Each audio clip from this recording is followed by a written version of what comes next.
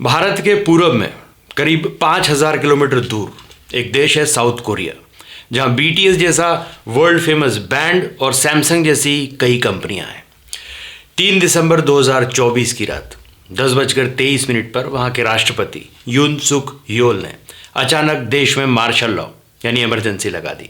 लोग सड़कों पर आ गए। आनन फानन में इसके खिलाफ संसद में प्रस्ताव पारित हुआ और 6 घंटे में इसे निरस्त करना पड़ा। दाव उल्टा पड़ने पर राष्ट्रपति ने लोगों से माफ़ी मांगी, लेकिन डैमेज हो चुका था। 10 दिनों के भीतर नेशनल असेंबली में महाभियोग प्रस्ताव लाकर इमरजेंसी लगाने वाले राष्ट्रपति की कुर्सी छीन ली गई। यून सुक योल ने बैठे बिठाए मुसीबतों को क्यों मोल लिया? क्या उनके पास अभी भी मौका है? और भारत में ऐसी सिचुएशन बनी तो क्या होगा, जानेंगे आज इस एक्सप्लेनर में। और कुछ सवाल। तो पहला सवाल, राष्ट्रपति यून सुक योल के खिलाफ महाभियोग क्यों लगाया गया?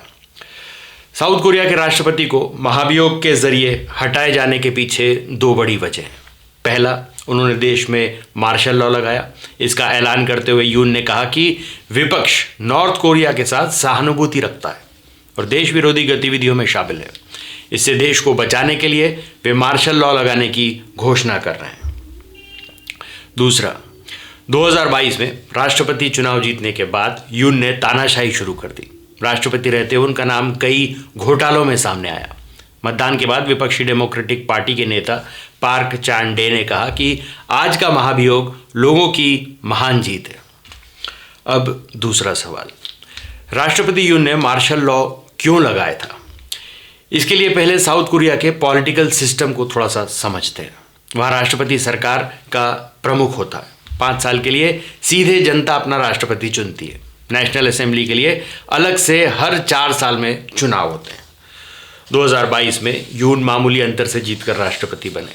2024 में नेशनल असेंबली के चुनाव में सत्ताधारी पीपल पावर को सिर्फ 108 सीटें मिली, जबकि विपक्ष पार्टी डीपीके को 170 सीटें मिली थी। असेंबली में हार के बाद यून अपने मनचाहे कानून पारित कर नहीं पाए। मार्शल लॉ लगाने के पीछे अब 2 बड़ी वजह थी। पहली, वीटो पावर से काम चलाने की मजबूरी। असेंबली में हार के बाद यूएन अपने मनचाहे कानून पारित नहीं कर पाए। संसद में विपक्ष के पारित कई विधेयकों को रोकने के लिए उन्होंने वीटो पावर का इस्तेमाल करना शुरू कर दिया। घोटालों की जांच से बचने की कोशिश की। यून और उनकी पत्नी किम क्यों ही पर कई घोटालों के आरोप भी हैं। किम पर ड्यूच मोटर्स से जुड़े मामले में $60 बिलियन के गबन का भी आरोप है। किम के खिलाफ जांच के लिए विपक्ष संसद में स्पेशल काउंसिल इन्वेस्टिगेशन बिल लाया गया था। इसके अलावा सितंबर 2022 में किम को कोरियन अमेरिकन पादरी ने 2 लाख रुपए का डियोर कंपनी का लग्जरी बैग तोहफे में दिया था। इसका वीडियो वायरल हो गया और जनता में आक्रोश फैल गया। लोगों का कहना था कि किम फर्स्ट लेडी हैं, इसलिए उन्हें इतना महंगा तोहफा नहीं लेना चाहिए। अब तीसरा सवाल, साउथ कोरिया में राष्ट्रपति को हटाने की प्रक्रिया क्या है? महाभियोग का इस्तेमाल किसी पद पर बैठे व्यक्ति को उस पद से हटाने के लिए किया जाता है। साउथ कोरिया के संविधान के अनुच्छेद 77 के तहत महाभियोग लाया जाता है। महाभियोग पारित होने के बाद व्यक्ति को उस पद की सभी शक्तियों और जिम्मेदारियों से हटा दिया जाता है। साउथ कोरिया में महाभियोग की प्रक्रिया को कुछ पॉइंट्स में समझिए। सबसे पहले विपक्ष 50,000 नागरिकों के हस्ताक्षर से राष्ट्रपति के खिलाफ महाभियोग की प्रक्रिया शुरू करता है। महाभियोग प्रस्ताव लाए जाने के 3 दिन के अंदर संसद में इस पर वोटिंग कराई जाती है। प्रस्ताव पास होने के लिए संसद के कुल 300 सदस्यों में से 200 के समर्थन की जरूरत पड़ती है। प्रस्ताव पास होने के बाद राष्ट्रपति को सस्पेंड किया जाता है। राष्ट्रपति की जगह प्रधानमंत्री को एक्टिंग प्रेसिडेंट नियुक्त किया जाता है। इसके बाद राष्ट्रपति के खिलाफ लगभग 6 महीने तक संवैधानिक कोर्ट में ट्रायल चला जाता है और ट्रायल खत्म होने के बाद काउंसिल के 9 सदस्य राष्ट्रपति को पद से हटाने के लिए वोट करते हैं। अगर 6 से कम वोट मिले तो राष्ट्रपति अपने पद पर बरकरार रहते हैं। अगर 6 से ज़्यादा वोट मिले तो राष्ट्रपति को पद से बर्खास्त कर दिया जाता है। इसके बाद अगले 60 दिन के अंतर पर नए राष्ट्रपति का चुनाव करवाया जाता है। तो यह है पूरी प्रक्रिया। अब चौथा सवाल, साउथ कोरिया में अब सरकार कौन चलाएगा? राष्ट्रपति यून के बाद प्रधानमंत्री हान डक सू कार्यवाहक राष्ट्रपति के रूप में कामकाज संभालेंगे। हान 2007 में पहली बार साउथ कोरिया के राष्ट्रपति बने थे। 2022 में राष्ट्रपति यून की जीत के बाद हान को फिर से प्रधानमंत्री बनाया गया। साउथ कोरिया के संविधान में कार्यवाहक राष्ट्रपति के अधिकारों को साफ तौर पर नहीं बताया गया, लेकिन वे नया राष्ट्रपति चुनने तक इस पद पर काबिज रहेंगे। कार्यवाहक राष्ट्रपति के रूप में हान के सामने कई चुनौतियां हैं। इसमें सबसे बड़ी चुनौती देश की जनता के बीच भरोसा वापस लाना है। राष्ट्रपति यून की छवि का असर हान पर भी पड़ सकता है। उन्होंने देश में आर्थिक स्थितियों को सुधारने, नॉर्थ कोरिया से निपटने और सरकार को उन्हें बनाए रखना होगा।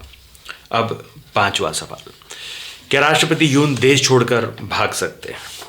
अमेरिकी न्यूज़ एजेंसी ABC न्यूज़ की रिपोर्ट के मुताबिक यून के खिलाफ सत्ता का दुरुपयोग करने और मार्शल लॉ लगाने की जांच चल रही है। इस वजह से जांच एजेंसियां उन पर नजरें बनाए हुए। ऐसे में यून को देश छोड़कर भागना मुश्किल है।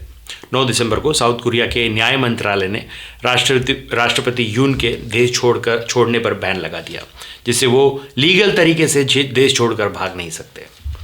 अब 6वां सवाल, क्या राष्ट्रपति यून कोर्ट से महाभियोग को खारिज करवा सकते हैं? यून के खिलाफ अगले 6 महीने यानी जून 2025 तक संवैधानिक कोर्ट में ट्रायल चलेगा। आमतौर पर इन मामलों में 9 सदस्यीय बेंच सुनवाई करती है, लेकिन अक्टूबर 2024 में 3 जजों ने इस्तीफा दे दिया था। इसके बाद अब बेंच में 6 जज बचे हैं। जून 2025 तक अगर तीनों जजों की भर्तियां नहीं होती तो यून के मामले में 6 सदस्यीय बेंच को सुनवाई करनी होगी। 6 सदस्यों में से किसी एक ने भी यून के पक्ष में फैसला दिया तो वे दोबारा राष्ट्रपति बन सकते हैं। वहीं अगर बेंच ने यून को दोषी करार दे दिया तो 60 दिनों के अंदर नया राष्ट्रपति चुनाव करवाया जाएगा। अब 7वां सवाल, साउथ कोरिया का मार्शल लॉ भारत के राष्ट्रपति शासन से कितना अलग है? कोरिया का मार्शल लॉ भारत के इमरजेंसी कानून से काफ़ी कुछ मिलता जुलता है। हालांकि भारत में आपातकाल लागू होने पर सिर्फ राष्ट्रपति का ही शासन होता है, यहाँ सेना का शासन नहीं होता। वहीं कोरियन मार्शल लॉ में सेना का शासन होता है और राष्ट्रपति को सेना का प्रमुख कहा जाता है। इस दौरान सिविल कोड निलंबित हो जाता है। साथ ही जब तक मार्शल लॉ लगा रहता है तब तक मौलिक अधिकार भी निलंबित रहते हैं।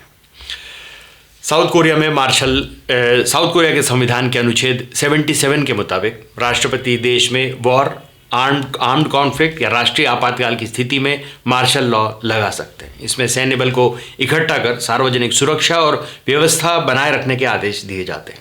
इस कानून के तहत बिना वारंट के गिरफ्तारी भी हो सकती है। इसके साथ भाषण, सभा और नागरिकों की स्वतंत्रता और न्यायपालिका की शक्ति को निलंबित किया जा सकता है। मार्शल लॉ लागू होने के बाद सेना, संसद और राजनीतिक दलों की गतिविधियों पर प्रतिबंध लग जाता है। साथ ही मीडिया भी मार्शल लॉ कमांड के नियंत्रण में होती है। भारत के संविधान को समझे तो भारत के संविधान में 3 तरह की आपात स्थितियों में ये कानून लागू करने का प्रावधान है। राष्ट्रीय आपातकाल कब लागू होता है? जब संविधान अनुच्छेद 352 के मुताबिक देश में किसी भी राज्य या केंद्र से में संवैधानिक तंत्र के कमजोर होने पर उस राज्य या पूरे देश में इमरजेंसी घोषित की जा सकती है। राष्ट्रपति शासन तब लगता है जब संविधान के अनुच्छेद 356 में जो कहा गया है कि बहुमत की सरकार न होने पर या कानून व्यवस्था बिगड़ जाने पर राष्ट्रपति शासन लगाया जा सकता है, जिससे देश की एकता बनी रहे। फिर लगाया जा सकता है आर्थिक आपातकाल। भारतीय संविधान के अनुच्छेद 360 के मुताबिक देश में आर्थिक तंगी के समय से आपातकाल घोषित किया जा सकता है। इसकी घोषणा होने पर नागरिकों के मूल अधिकार निलंबित हो जाते हैं। अब आता है 8वां सवाल, भारत में कभी ऐसी सिचुएशन बनी तो क्या होगा? भारत में इमरजेंसी घोषित करने का अधिकार राष्ट्रपति के पास होता है, लेकिन केंद्रीय मंत्रिमंडल के लिखित सुझाव पर यही हो सकता है।